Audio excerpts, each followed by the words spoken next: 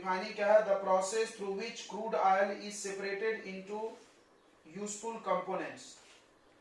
ठीक है, the process, process समझता है तरीका, द प्रोसेस बाय विच, जिसके द्वारा क्रूड ऑयल, क्रूड ऑयल मतलब गाढ़ा तेल, crude oil is separated, is separated into various components, various मतलब बहुत सारे, is called refining।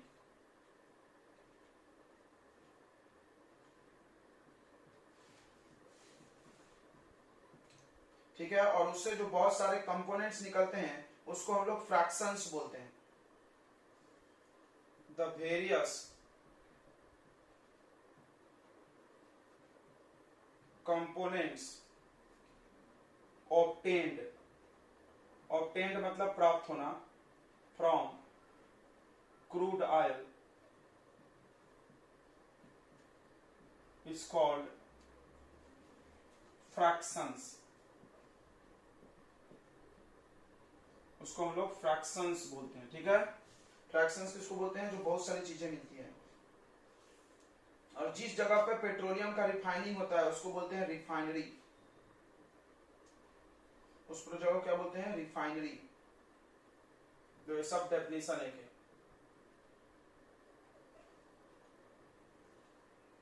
The place where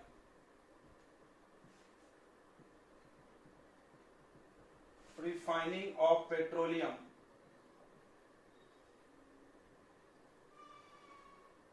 takes place is called refinery। Refinery company को बोलते हैं, कंपनी जो है ना उसको बोलते हैं रिफाइनरी।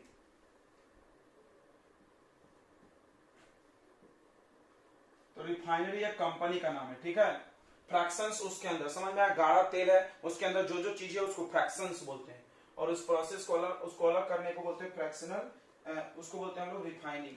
अलग करने के प्रोसेस का नाम रिफाइनिंग, कंपनी का नाम रिफाइनरी, और उसके अंदर जो जो मिल रहा है उसको फ्रैक्शंस बोलते हैं। अब आते हैं हम लोग फ्रैक्शनल डिस्टिलेशन।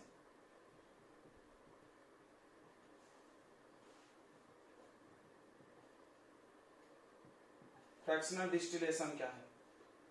फ्रैक्शनल डिस्टिलेशन क्या है? ये एक इंपॉर्टेंट सवाल है। फ्रैक्शनल डिस्टिलेशन क्या है?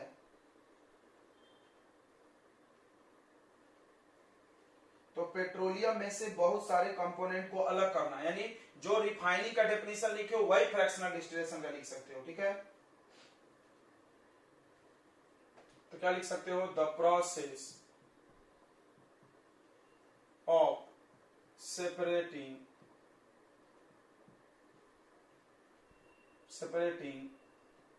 different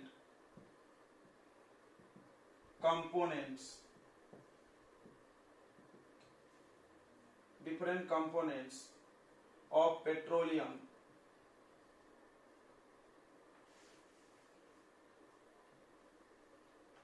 by boiling। कैसे अलग करना है? बॉइलिंग। हम आपको बताए होंगे कि डिस्टिलेशन मतलब बॉइलिंग होता है, बताया था ना? Is called fractional distillation.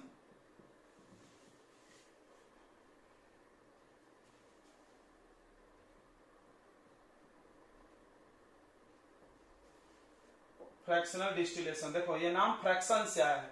Petroleum के अंदर जितनी भी चीजें होती है उसको क्या बोलते हैं? फ्रैक्शंस बोलते हैं। तो उसी फ्रैक्शन को निकालने के प्रोसेस का नाम क्या हो गया? Fractional distillation.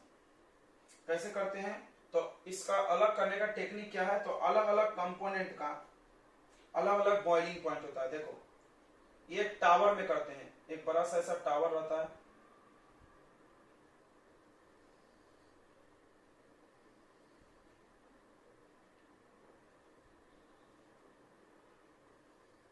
एक बड़ा सा ऐसा टावर रहता है बच्चों। इसमें क्या करते हैं हम लोग? पेट्रोलियम को डालते हैं गर्म करके,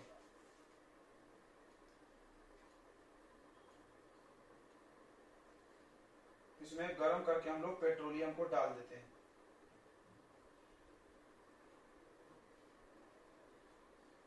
यहां से क्रूड ऑयल डालते हैं गरम करके। लोग गरम करते हैं पहले भट्टी में, गरम करते हैं, उसके बाद क्रूड ऑयल डालते हैं।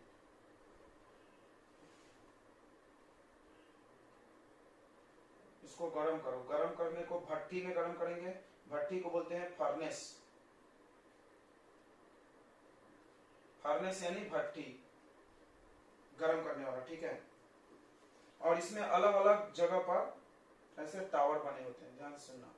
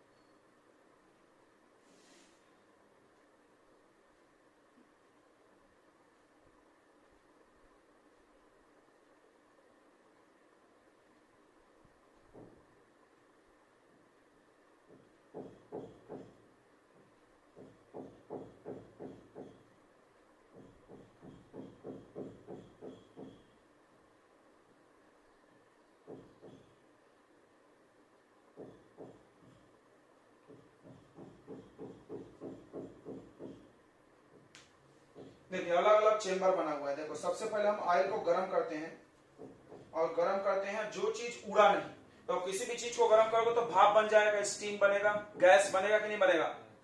तेल को गर्म किया, स्टीम बन गया, और यहाँ पे डाल दिए। जो चीज गैस नहीं बना वो नीचे मिल गया, तो सबसे नीचे मिलता है बिटुमिनस। क्या मिलता है नीचे? बिटुमिनस। इसका पेंट बनता है, रोड बनता है। इसका पेंट बनता है, रोड बनता है। देखो इसका पेंट और रोड बनता है। उसके ऊपर चले जाओ, उसके ऊपर चले जाओगे तो मिलता है वैक्स। वैक्स और लुब्रिकेटिंग ऑयल। लुब्रिकेटिंग ऑयल ही इंजन ऑयल है। लुब्रिकेटिंग ऑयल और वैक्स। उसके ऊपर चले जाओ तो फ्यूल ऑयल मिलता है। तो फ्यूल ऑयल से बच्चों जहाज चलता है, उसके ऊपर है डीजल। तो जो जितना भारी है वो नीचे मिल रहा है, जो हल्का है ऊपर जा रहा है, जिसका बॉइलिंग पॉइंट कम है ऊपर जा रहा है, और जिसका बॉइलिंग पॉइंट ज्यादा है वो नीचे मिल रहा है। उसके ऊपर मिल रहा है केरोसिन ऑयल। उसके ऊपर चले जाओ तो नेफ्थलीन मिलता है, नेफ्था, ठीक है। और उसके ऊपर चले जाए तो पेट्रोल मिलता है। पेट्रोल को गैसोलीन भी बोलते हैं। तो इंडिया में पेट्रोल बोलते हैं, विदेशों में इसको गैसोलीन बोलते हैं। और जो गैस में ही निकलता है, लिक्विड बनता नहीं है, वो है आपको एलपीजी। ऊपर मिलता है एलपीजी, लिक्विड पेट्रोलियम गैस। तो देखो क्या करते हैं हम लोग इसमें, तो सबका बॉइलिंग पॉइंट ऊपर ऊपर जाओगे कम हो रहा है, बॉइलिंग पॉइंट कम हो रहा है। थोड़ा इसको समझते हैं, थोड़ा सा इसको समझते हैं बच्चों, मजा आएगा। देखिए मान लीजिए पानी का बॉइलिंग पॉइंट है 100, थोड़ा समझना। पानी का बॉइलिंग पॉइंट है 100, इसको बोलते हैं बॉइलिंग पॉइंट। तो बॉइलिंग पॉइंट क्या होता है, तो ऐसा टेम्परेचर है जिसके बाद कोई भी चीज गैस बन जाता है। और जैसे बॉइलिंग पॉइंट से कम टेम्परेचर होगा वो लिक्विड हो जाएगा, समझना। जैसे 100 से कम टेम्परेचर है तो वाटर रहेगा, लिक्विड रहेगा। और जैसे 100 से ज्यादा हुआ तो ये बन जाएगा वेपर, गैस बन जाएगा। समझना ध्यान से, एकदम प्रेम पूर्वक समझना। किसी भी हर लिक्विड का अलग अलग बॉइलिंग पॉइंट होता है, हर लिक्विड का बॉइलिंग पॉइंट अलग अलग होता है। यही टेक्निक यूज किया इन्होंने। मतलब मान लो मेरे पास 4-5 चीजें मिक्स हो गया है और हमको अलग करना है, तो हम क्या टेक्निक लगाएंगे, सबको गर्म कर दो और धीरे धीरे ठंडा करो। जैसे ठंडा करेंगे तो जिसका बॉइलिंग पॉइंट से कम टेम्परेचर होगा लिक्विड बन के निकल जाएगा। नहीं समझा सर? जैसे मान लो हमने पूरे पेट्रोलियम को 400 डिग्री पे गर्म किए। कितने गर्म किए पूरे पेट्रोलियम को? 400। तो जिसका भी बॉइलिंग पॉइंट 400 से कम है वो सब उड़ जाएगा, सब उड़ गया। जिसका भी 400 से ज्यादा है वो नीचे रह गया। अब टेम्परेचर धीरे धीरे कम करो, तो घटते घटते 300 आया। तो मान लो जैसे ही 300 से कम होगा तो जिसका बॉइलिंग पॉइंट 300 से कम होगा वो लिक्विड हो जाएगा। नहीं समझा सर? अरे यार, जैसे देखो 100 से कम होगा तो लिक्विड पानी, और 100 से ज्यादा होगा तो वेपर। सब ये बात समझ में आ रहा है? नहीं आ रहा है तो आप एक बात को नोट करें। देखिए हम आपको समझाते हैं। जैसे बॉइलिंग पॉइंट है, बॉइलिंग पॉइंट एक टेम्परेचर होता है। बॉइलिंग पॉइंट से अगर कम होगा, अगर बॉइलिंग पॉइंट से लेस टेम्परेचर हुआ तो लिक्विड बन जाएगा। बॉइलिंग पॉइंट से टेम्परेचर लेस होगा तो क्या बन जाएगा? लिक्विड। और अगर टेम्परेचर ज्यादा रहेगा तो किस रूप में रहेगा? गैस में रहेगा। क्लियर हो गया ये बात? बस यही कॉन्सेप्ट लगाया इन्होंने, यही कॉन्सेप्ट लगाया। देखो सबको गर्म कर दो, सब उड़ गए। अब देखो ध्यान समझना, हम तुमको समझाते हैं।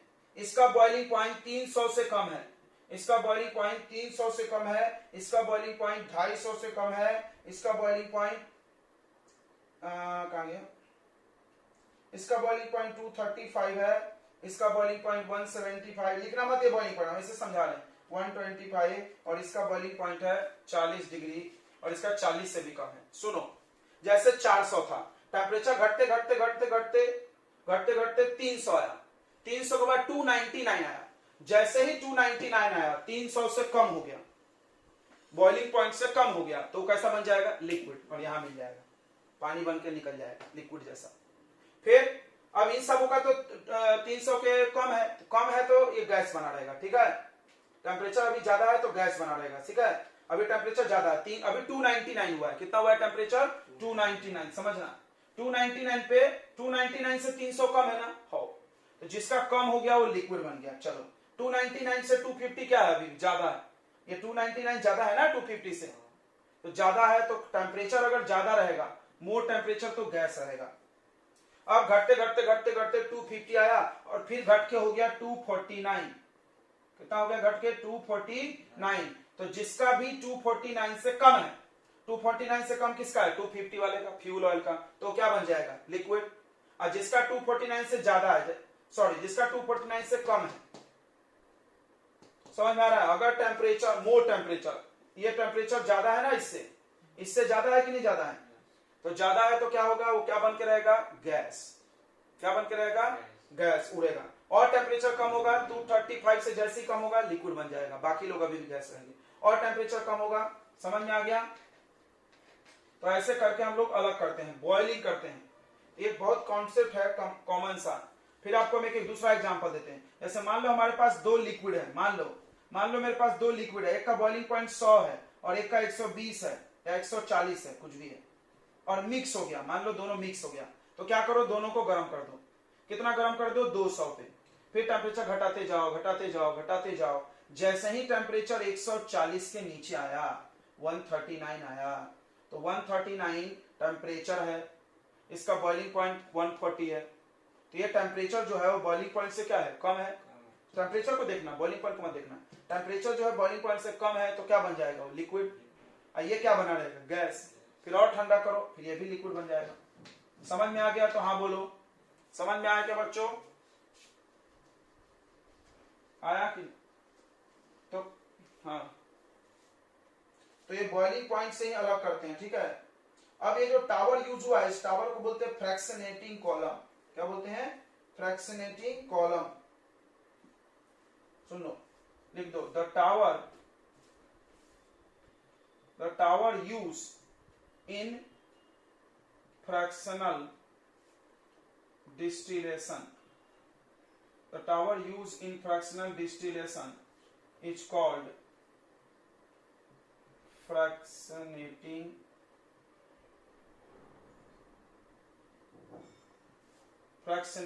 column. क्या बोलते हैं उस टावर को? Fractionating column. ठीक है बच्चों, समझ में आ रहा है कि नहीं आ रहा है? फ्रैक्शनल डिस्टिलेशन प्रोसेस का नाम है, फ्रैक्शनेटिंग कॉलम का नाम है। क्या क्या मिलता है पेट्रोलियम से? ये सारी चीजें मिलती हैं। इनका यूज बताओ। इनमें से तुम किसका किसका यूज नहीं जान रहे हो? हम बताते हैं। नेफ्था का नहीं जान रहे हो, बाकी सबका। LPG cooking purpose, cooking food. Petrol use for light vehicle, हल्की गाड़ियों में, मोटरसाइकिल, कार। नेफ्था नहीं जानते हैं? नेफ्था का इस्तेमाल होता है केमिकल से, ये इंडस्ट्री में यूज होता है, कंपनी में इस्तेमाल होता है केमिकल। केरोसिन ऑयल एरोप्लेन में डालते हैं फ्यूल के रूप में। एरोप्लेन में क्या डालते हैं हम लोग? केरोसिन डालते हैं, लैंप में डालते हैं, स्टोव में डालते हैं, स्टोव और लैंप में डालते हैं। डीजल से बड़ी गाड़ियां चलती है, ट्रक, बस, ट्रेन व्रेन। फ्यूल ऑयल से जहाज चलती है, और बड़ी जहाज। लुब्रिकेटिंग ऑयल इंजन ऑयल है, इंजन ऑयल गाड़ियों के इंजन में डालते हैं। ठीक है, इससे क्या बनाते हैं? पेंट। दो चीज आप नहीं जानते, देखो ये केमिकल है, कंपनी में यूज होता है, ये पेंट है, केमिकल पेंट, बाकी सब आप जान रहे हो। ये जहाज में चलता है, समुद्री जो जहाज चलती है ना बड़ी वाली, उसमें फ्यूल ऑयल चलता है। ठीक है बच्चों, तो आप ये नोट कर ले, जल्दी से नोट कर लिए क्या?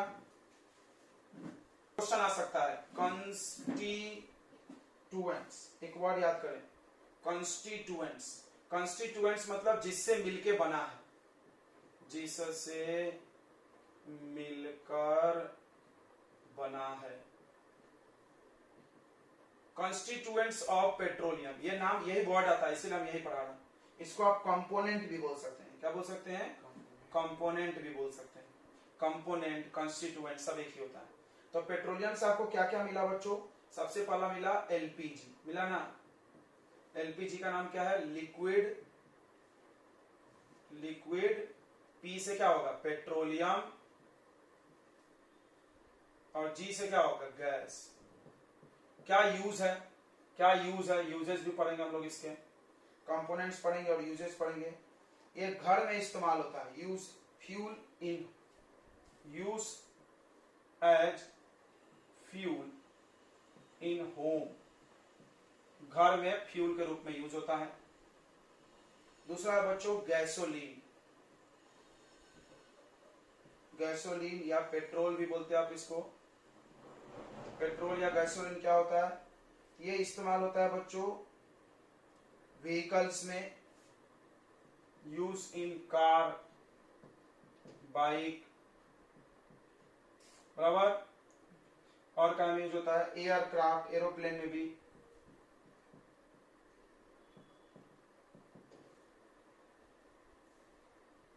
तीसरा है बच्चों naphtha,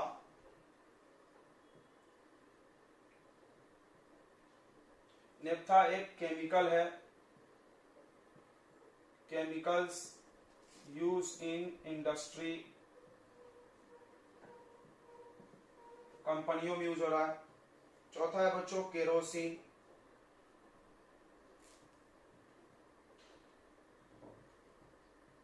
use for lighting of lamp, lamp जलाते हैं या स्टोव जलाते हैं, जलाते हैं ना, स्टोव पे खाना बनाते हैं क्या? जानते हैं सब लोग, स्टोव देखे हैं क्या?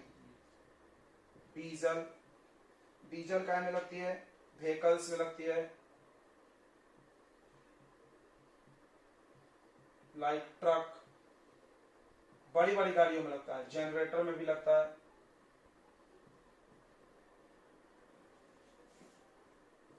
उसके बाद है फ्यूल ऑयल,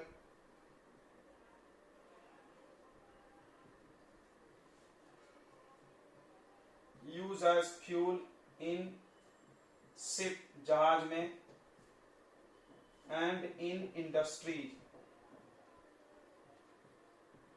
कंपनियों में भी चलता है। अगला है लुब्रिकेटिंग ऑयल,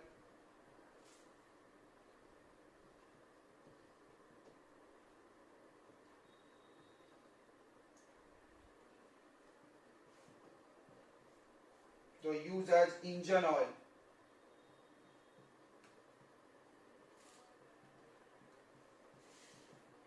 इन मशीन, जितनी मशीन है सब में। आठवां है बिटुमिन, बिटुमिन क्या है? Use to make paint and road, roads भी बनाने में यूज होता है। ठीक है, ये हो गया पेट्रोलियम के डिफरेंट कंपोनेंट्स और उसके इस्तेमाल। नोट कर लिए क्या?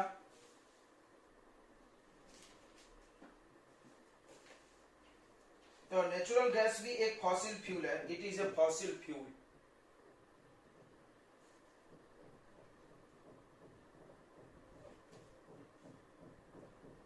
एक फॉसिल फ्यूल है, obtained found inside the earth, पाया जाता है अर्थ के अंदर।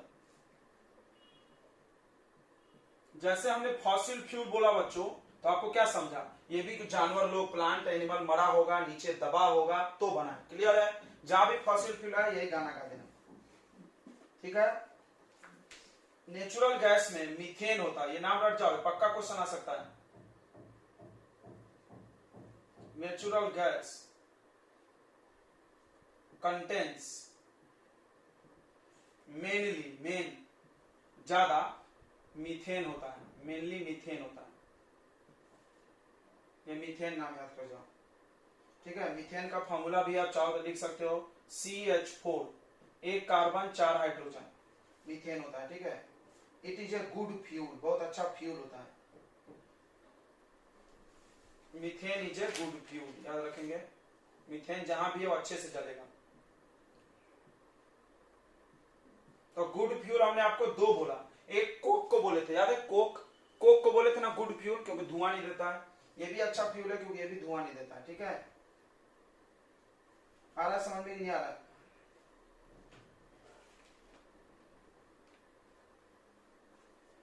अब यूजेज ऑफ नेचुरल गैस की बात करें, क्या यूज है इसका।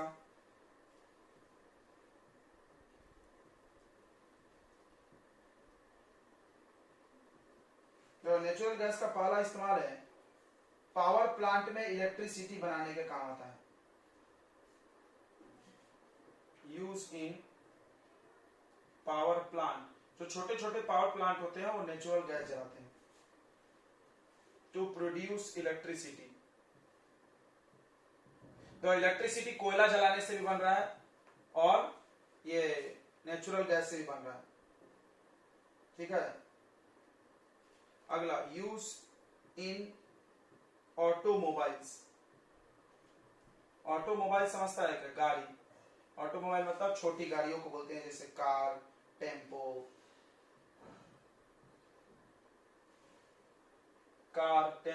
Auto. Use in automobile as fuel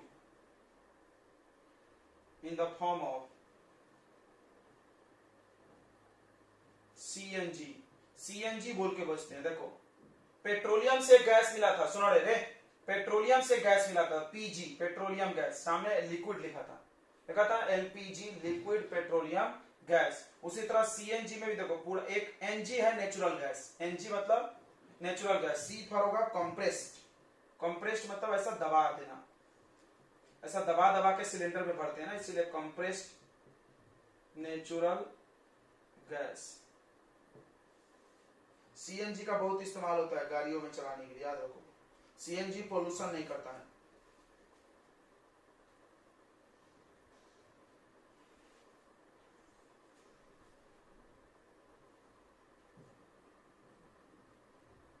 it is good fuel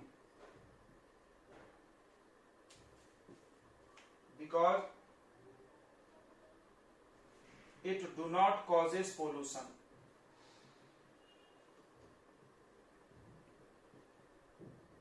ये बहुत अच्छा फ्यूल है क्योंकि इसमें कोई पोल्यूशन नहीं होता है। चलिए, अब हेडिंग लगा दो, pollutions of due to fossil fuel. देखिए, सबको पता है कि फॉसिल फ्यूल में, सुनो फिर से हम बता रहे हैं, सुन लेना ध्यान से। फॉसिल फ्यूल में कार्बन होता है, पढ़े थे तुम, याद करो, यस। नाइट्रोजन होता है, यस। सल्फर होता है, यस। कार्बन होता है, यस। तो ये सब चीजें होता है। जब इसको आप जलाओगे, तो कार्बन कार्बन मोनोऑक्साइड बन जाएगा, नाइट्रोजन नाइट्रोजन ऑक्साइड बन जाएगा, और सल्फर सल्फर ऑक्साइड बन जाएगा, CO2 बन जाएगा। इतनी सारी गैसेस निकलेगी और ये सब गैस हवा में जाएगी और इससे पोल्यूशन होता है। ठीक है, फिर से, कोई भी फॉसिल फ्यूल में कार्बन नाइट्रोजन सल्फर तीन चीजें रहती हैं। कार्बन नाइट्रोजन सल्फर वाली चीजों को हम जला रहे हैं, कोई भी फॉसिल फ्यूल जला ही रहे हो ना, तो पेट्रोल जलाओ, डीजल जलाओ, कुछ भी जलाओ, उन सब में कार्बन है। तो या तो कार्बन है तो कार्बन मोनोऑक्साइड निकलेगा, नहीं तो कार्बन डाइऑक्साइड निकलेगा, दोनों में से कोई निकलेगा। नाइट्रोजन है तो नाइट्रोजन डाइऑक्साइड निकलेगा, सल्फर है तो सल्फर डाइऑक्साइड निकलेगा, ये सब गैस निकलेगा और इससे एनवायरमेंट में पोल्यूशन फैलता है। तो उसी चीज के बारे में हम लोग अभी चर्चा करेंगे, आप जल्दी से नोट कर ले। फॉसिल फ्यूल्स,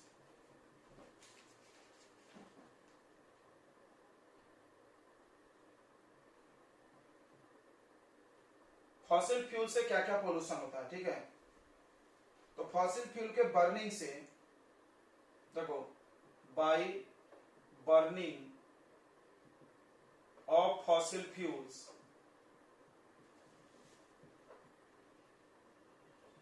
हार्मफुल गैसेस, खतरनाक harmful gases are produced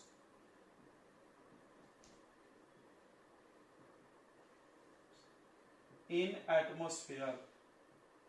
atmosphere समझता है वातावरण. लाइक कौन कौन गैस बच्चों? NO2 नाम याद है? N मतलब नाइट्रोजन, O2 मतलब डाइऑक्साइड. नाम याद है क्या? NO2 से चलेगा काम. NO2, SO2, CO2 और CO, ये सब गैस बनता है. ठीक है.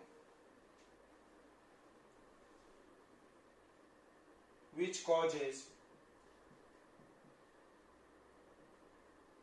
Air pollution. तो तुम समझो कि फॉसिल फ्यूल से एयर पोल्यूशन होता है. अगर इतना याद नहीं आया तो इतना शॉर्ट में भी लिख सकते हैं.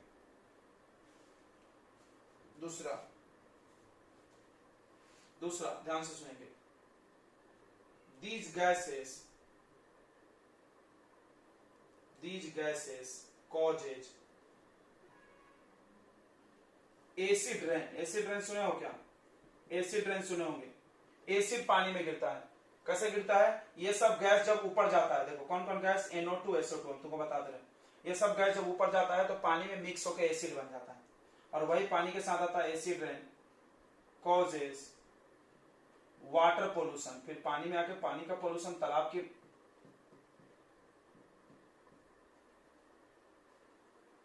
कॉजेज एसिड रेन होगा ना यहाँ पे. इससे वाटर पोल्यूशन हो रहा है. Water pollution. ठीक है. अगला सुनो.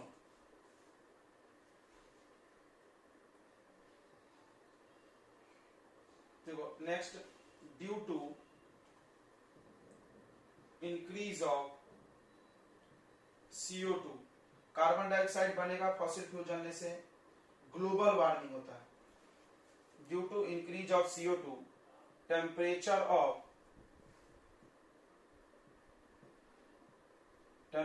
ऑफ अर्थ राइजेस, गर्म हो जाता है. This is called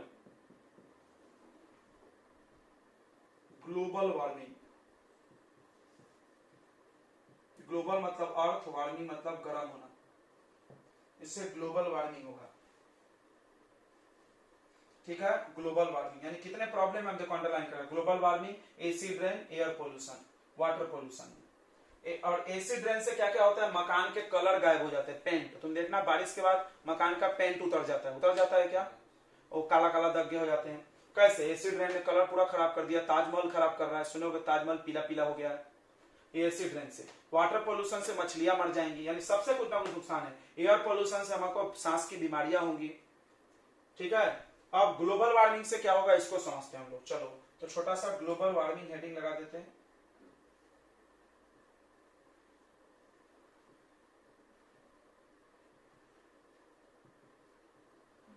global warming.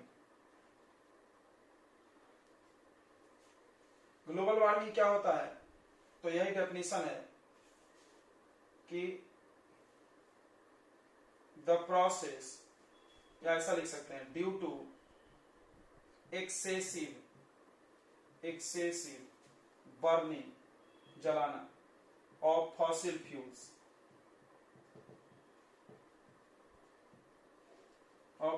Fuels,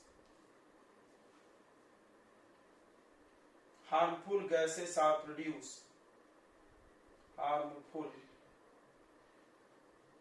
gases are produced, which increases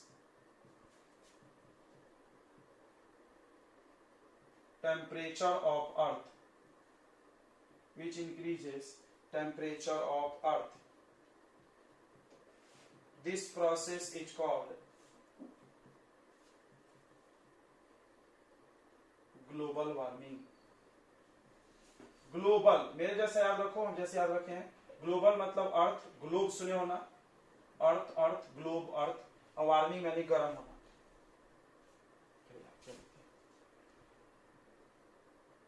अब harmful effect of global warming क्या है? क्या होगा अगर अर्थ गर्म हो जाएगी? कोई जानता है?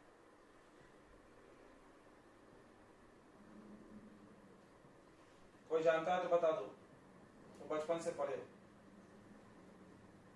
पोलर आइस मेल्ट हो जाएगा, मेल्टिंग ऑफ पोलर आइस। सुने हो तुम ये कहानी? पृथ्वी के पोल पे, नॉर्थ पोल पे, साउथ पोल पे ढेर सारे बर्फ है, वो पिघल जाएंगे। सो सी लेवल राइज हो जाएगा, sea level rises, which cause flood in coastal area। Coastal मतलब समुद्र किनारा, समुद्री किनारा। कोस्टल एरिया मतलब समुद्र के किनारे में जो जो देश है वो सब डूब जाएगा, पानी में सब डूब जाएगा। दूसरा हो जाएगा scarcity of drinking water, scarcity of drinking water.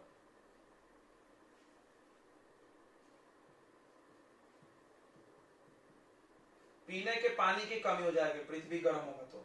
तुमको भी पता है गर्मी में पानी की कमी हो जाती है, और गर्मी होगी और पानी कम पड़ जाएगा।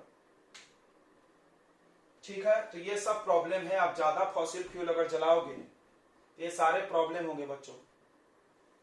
देखो लिखना है, we should minimise the uses of fossil fuels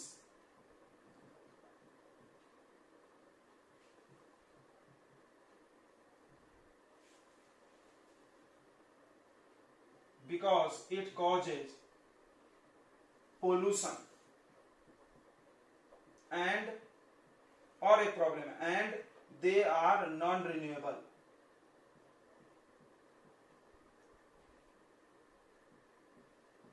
ये लोग नॉन रिन्यूएबल हो जाएंगे, खत्म हो जाएंगे। They get exhausted. क्या ये सब वर्ड, ये सब वर्ड हम आपको बताए थे कल डिफरेंस में। एग्जॉस्टेड, एग्जॉस्ट मतलब क्या होता है बच्चों?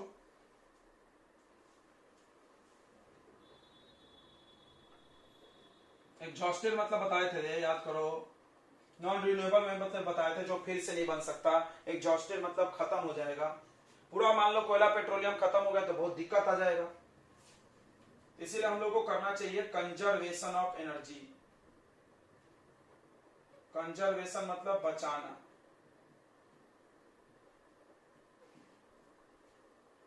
एनर्जी को बचाना है बच्चों, conservation of energy. Conservation of energy मतलब एनर्जी बचाओगे कैसे? बताओ कैसे एनर्जी बचाओगे? आपके घर में जो एक्स्ट्रा पंखा चल रहा है बिना मतलब का, कहीं लाइट फैन, उसको क्या कर देना, बंद कर दो। कहीं भी आपको दिखे, कर भी देते हो कि बिजली बिल ज्यादा आएगी करके, तो switch off the electronic devices, light, पंखा। क्यों? क्योंकि बिजली किससे बन रही है? कोयला जलने से। तो बिजली बर्बाद करोगे उधर कोयला बर्बाद होगा, उससे पोल्यूशन होगा। समझ में आ रहा है? उसके बाद एयर कंडीशनर का इस्तेमाल नहीं करना चाहिए, क्योंकि एयर कंडीशनर बहुत बिजली खाती है। देखो हम नहीं चला रहे, एसी लगी है फिर भी नहीं चला रहे, दिख रहा होगा तुमको। गर्मी बर्दाश्त कर रहे हैं लेकिन नहीं चला रहे हैं, कंजर्वेशन कर रहे हैं। ठीक है, रूम हीटर यूज नहीं करना चाहिए। लोग रूम हीटर यूज करता है ठंडी में, वो भी यूज नहीं करें, सब में बिजली ज्यादा लगती है। ठंडे ठंडे पानी से नहा लें। उसके बाद आप CFL यूज करो या LED। क्या यूज करो? CFL या LED यूज करो। पीली वाली बल्ब यूज मत करो। वो देखो हम LED जला रहे हैं, वो देखो ऊपर सब CFL लगे हुए हैं। तो ये सब यूज करेंगे, आपके घर भी लगा होगा, इससे बिजली बचेगी। बिजली बचेगा तो कोयला बचेगा। रिन्यूएबल सोर्स का ज्यादा इस्तेमाल करो। और उसके बाद 4R प्रिंसिपल यूज करो। 4R प्रिंसिपल याद होगा आपको, रिड्यूस, रीयूज, रिसाइकल और रिन्यू, रिकवर। याद है क्या? पब्लिक ट्रांसपोर्ट का यूज करो। ट्रैफिक सिग्नल में है तो अपनी गाड़ी बंद कर दो। पब्लिक ट्रांसपोर्ट का यूज करो, बस में जाओ। हाँ चालू रखो। ठीक है बच्चों, तो कैसे बचाओगे तुमको भी समझ में आ गया। तो कंजर्वेशन ऑफ एनर्जी कैसे होगा खुद सोच लो। Switch off light, fan and television when there is no use.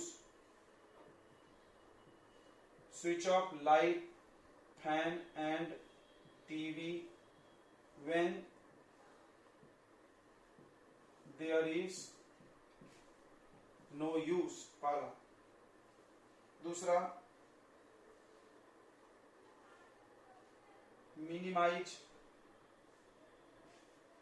कम से कम, the use of AC and heater, room heater और एसी का यूज कम से कम करो। Use LED and CFL,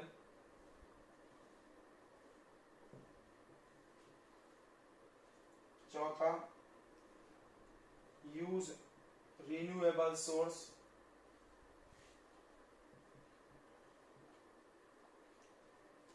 like आप सोलर एनर्जी यूज करें, विंड एनर्जी यूज करें, ये सब यूज करो, इससे कोई पोल्यूशन भी नहीं होगा, फ्री में मिलता है। उसके बाद यूज 4R प्रिंसिपल,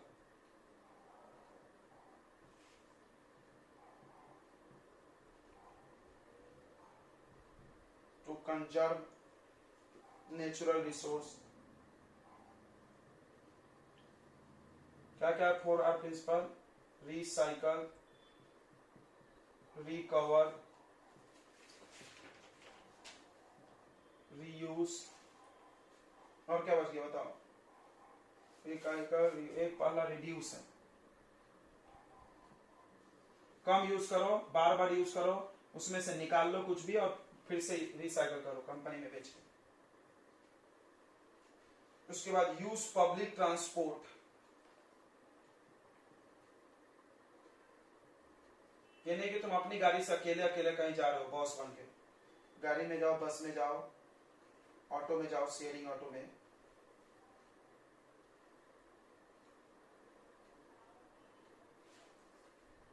इंजन को बंद रखो ट्रैफिक सिग्नल पे।